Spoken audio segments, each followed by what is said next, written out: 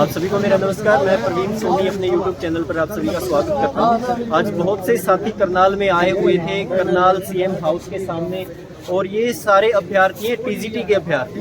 TGT की भर्ती जो हरियाणा स्टाफ सिलेक्शन कमीशन की तरफ से प्रोसेस में जारी है, लेकिन कुछ कारणों से वो पूरी नहीं हो पा रही। तो ये आज सभी साथी आए थे और संवैधानिक तरीके से इन्होंने अपनी मांग को, अपने ज्ञापन को आज सीएम हाउस के सामने सौंपा है, मैडम को सौंपा है। तो अब इनसे जानेंगे कि पूरा मुद्दा आखिर है क्या।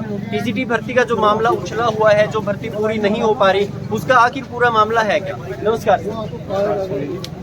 हमारी जो भर्ती थी पहले अक्टूबर में निकली थी, बाद में सरकार ने नोटिफिकेशन रद्द कर दिया, तो कुछ चेंजेस हुए और बाद में फरवरी में वो नोटिफिकेशन आता है। ठीक है, सरकार वादा करती है कि जून तक आपकी भर्ती पूरी हो जाएगी। बहुत सारे टीचर ऐसे जो कैंडिडेट थे, उन्होंने सोचा कि अगर हम 2 महीने ढंग से कर देते हैं, ठीक है, तो जून हमारी ज्वाइनिंग हो जाएगी।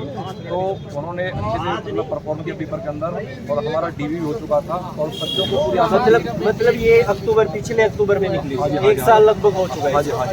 बाद में फिर री नोटिफिकेशन आया और मतलब जून तक हमारा मतलब डीवी हो चुका था।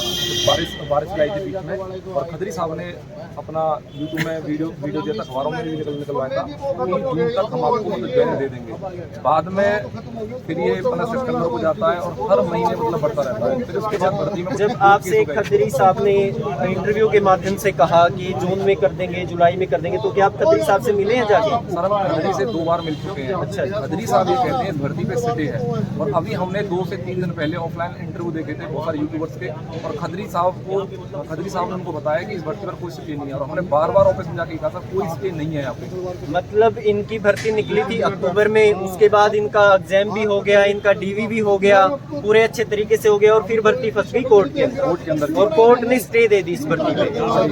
हम खदरी साहब से कहते हैं, खदरी साहब कहते हैं मेरे पास नहीं आओ, उन कैंडिडेट के पास जाओ जिन्होंने कोर्ट केस किया गया है। जब हम पहली बार मिले थे, खदरी साहब ने हमने ये कहा था खदरी साहब से कि आप हमारा पक्ष ढंग से नहीं रख पा रहे हो, आपका जो सरकारी वकील है वो कैपेबल नहीं है।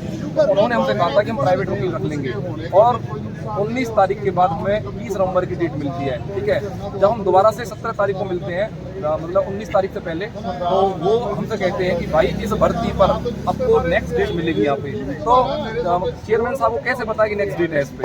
ठीक है, तो अगर सरकार को यही पता, तो सरकार एक बार ये बताते कि फाइनल ज्वाइनिंग क्यों होगी। जिन बच्चों ने स्कूल छोड़ रखा है, जिनके पास मतलब रोजगार नहीं है, ठीक है, अब वो मतलब असमंजस में है, ना तो प्राइवेट स्कूल रख सकते हैं यहाँ पे। ठीक है, और सरकार हर महीने मतलब अब मुख्यमंत्री ने कॉन्फ्रेंस किया, मुख्यमंत्री ने कहा कि हम दिसंबर में दे देंगे। मतलब जो जून से आते आते भर्ती वो दिसंबर तक आ चुकी है, फरवरी में आचार संहिता लग जाएगी, और दिसंबर में आपके कोर्ट मतलब बंद रहते हैं। तब अभ्यर्थी जाए तो जाए कहाँ? हम यहाँ पे पहली बार एंट्री नहीं की है, इससे पहले हम जो OSD जवाहर यादव जी उनसे मिल चुके हैं, और 2 बार हम खदरी साहब से मिल चुके हैं। लगभग 15 से 20 MLA तक हम पहुँच चुके हैं, बहुत सारे सांसदों तक जा चुके हैं। आजकल जो सांसद है वो रैलियों में व्यस्त है। आज भी हम यहाँ पे आए हैं, तो हमें कोई भी ऐसा स्ट्रॉन्ग मतलब वो पर्सन नहीं मिला जिससे अपनी बात रख सके, अपना ज्ञापन दे सके। ठीक है, ज्ञापन तो मैं दिया है, बट हम सेटिस्फाइड नहीं है यहाँ पे। तो इस पे जो कोर्ट केस है सर, वो क्या कोर्ट केस है, उसका बताएं थोड़ा। सर, कुछ कैंडिडेट्स ने मतलब कोर्ट केस इस आधार पे किया कि जो प्राइवेट टीचर्स हैं उनको मतलब एक्सपीरियंस के नंबर मिलने चाहिए वहाँ पे। क्या ये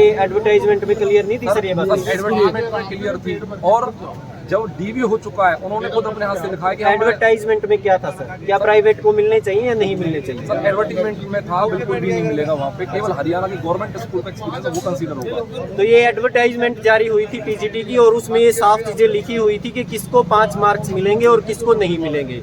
उसके बाद जब ये पेपर हो जाता है, फिर कुछ कैंडिडेट जाते हैं कोर्ट के अंदर और वो फिर अपना पक्ष रखते हैं। तो आगे क्या सर? सर, मैं केवल अकेला नहीं आया हूँ, यहाँ से 22 जिलों से बच्चे आए हैं। यहाँ से बच्चे राजस्थान से भी आए हैं, गुजरात तक के बच्चे जो हरियाणा के अदर स्टेट में जॉब कर रहे हैं। और आपको मीडिया में ये खबर है कि हरियाणा है जो बेरोजगारी में नंबर हो चुका है, और अभी मुख्यमंत्री जी ने कहा कि हम 60,000 मतलब भर्ती निकालेंगे। तो वो डेडलाइन कौन सी होगी? ठीक है, अभी 3 दिन पहले कहा था मुख्यमंत्री जी ने कि हम दिसंबर तक कर देंगे, अभी मुख्यमंत्री ने कल लिखा है कि अब ये भर्ती 6 महीने के अंदर होंगी यहाँ पे। तो भाई सर पे चुनाव है, आचार संहिता लगेगी, मतलब क्या मतलब सरकार का मतलब प्रोसीजर है ये, मतलब अभ्यर्थी जानना चाहते हैं। थोड़ा सा मैं आपको समझाना चाहूँगा। ये आज 200 से 300 के करीबन बच्चे आए हुए हैं करनाल के अंदर, और पूरे हरियाणा से ही बच्चे हैं, राजस्थान से भी कुछ बच्चे हैं, और अदर स्टेट से काफ़ी सारे बच्चे आए हुए हैं। इनका कहना ये है कि जब इनकी भर्ती निकली थी, उसका एग्जाम हो गया, बहुत अच्छे तरीके से वो HSSC ने एग्जाम भी लिया था, लेकिन उसके बाद जब कोर्ट में चला जाता है मामला, तो पढ़ने वाले बच्चे का क्या इसमें नुकसान है? मतलब क्या कसूर है उसका कि जो पढ़ करके अच्छे नंबर लेके आया है मेरिट के अंदर, उसकी ज्वाइनिंग आखिर कब होगी, इनका ये कहना है। और जब कोर्ट के अंदर मामला चला जाता है तो ये चाहते हैं कि उस मामले की पैरवी सरकार बहुत अच्छे तरीके से करे। यदि सरकारी वकील इसके लिए नहीं है या पैरवी अच्छी नहीं कर पा रहे तो ये चाहते हैं कि अच्छी पैरवी हो और उसके लिए खुद अपना वकील भी तैयार करने के लिए तैयार है, खड़ा करने के लिए। तो अब ये यही चाहते हैं कि इनकी कम से कम पैरवी तो अच्छे तरीके से हो, क्योंकि बहुत सारी डेट लग चुकी है और हर एक के दरवाजे ये जा चुके हैं। सीएम साहब के पास भी ये जा चुके हैं, आज भी सीएम हाउस के सामने ये खड़े हैं, और HSSC में जो डिपार्टमेंट है उसमें भी ये बहुत बार जा चुके हैं। तो इनको वहां से भी यही कहा जाता है कि कोर्ट केस जिन्होंने किया है आप उनसे बात कीजिए। आखिर इनका ये हक नहीं है कि ये कोर्ट केस वाले बच्चों से जाके इस बात पे डिस्कस करें। इनका यहीं तक है कि ये डिपार्टमेंट में जाएं या सरकार के जो प्रतिनिधि हैं उनके पास जाके अपनी बात को रखें। तो मैं समझता हूँ कि इनका कोई कसूर नहीं है। पढ़ने लिखने वाले बच्चे आज भी बड़े संवैधानिक ढंग से इन्होंने अपनी बात को रखा है। और आखिर एक बार इनकी मांग जान लेते हैं कि ये लास्ट में चाहते क्या है। हाँ जी सर। सरकार से हम ये मांग चाहते हैं, हमारे जो कोर्ट केस हैं इनकी अर्ली हियरिंग लेके हमारे केसों का निपटारा किया जाए जल्दी से जल्दी। हमारी जो ज्वाइनिंग है वो जो सरकार जल्दी से जल्दी दे, ठीक है। अभी फरवरी में बच्चों के पेपर होने वाले हैं, ठीक है। जब टीचर ही नहीं होंगे तो पिछले साल की तरह जो रिजल्ट है वो खराब ही होता चला जाएगा। जो सरकार है पद्मश्री से जो स्कूल है उन्होंने HRK के थ्रू टीचर भर रही है। ये जो टीचर हैं ये एग्जाम क्वालिफाई करके आए हैं, ठीक है। तो जो क्वालिफाइड टीचर हैं उनको टीचर अपॉइंट करे। सरकार से हम यही मतलब विनती लेके, गुजारिश लेके मुख्यमंत्री आवास पर आए हैं और हम ये चाहते हैं कि सरकार हमारी बातों पर गौर करे। तो यही है भाई इनकी जो मांग है, जो ये एक बड़े अच्छे तरीके से अपनी बात को रख रहे हैं कि इनकी अब ज्वाइनिंग होनी चाहिए, क्योंकि पेपर हुए को बहुत ज़्यादा टाइम हो चुका है और बच्चे जॉब छोड़ चुके हैं। अपनी जैसे प्राइवेट स्कूल में जो करते थे या कहीं और जॉब थे वो छोड़ चुके हैं और पूरी तरीके से ये इस TGT की भर्ती पर ही डिपेंड है। ये भी डिपेंड है, इनका परिवार भी डिपेंड है। तो ये सिर्फ एक ही मांग लेके आए हैं कि इनकी भर्ती बहुत जल्दी पूरी होनी चाहिए, उसका रिजल्ट जारी होना चाहिए और जल्दी से जल्दी ज्वाइनिंग होनी चाहिए। क्योंकि ना सिर्फ इसमें इनका भला है, जो बच्चे स्कूलों में पढ़ रहे हैं सरकारी स्कूलों में, उसका भी इसी मामले में भला है कि अच्छे teacher, well qualified teacher schools में जाएं और वहाँ पे वो अपनी टीचिंग जो है वो अपना एक सेवा कार्य है वो करें। तो अभी सिर्फ ये यही चाहते हैं। चेयरमैन सर तक ये वीडियो जरूर पहुँचाना, शेयर जरूर करना आप सभी इसको, कि चेयरमैन सर से इनकी एक ही गुजारिश है कि जल्दी से जल्दी इस भर्ती का रिजल्ट आना चाहिए और जल्दी से जल्दी इन जो ये अभ्यर्थी इनकी ज्वाइनिंग होनी चाहिए।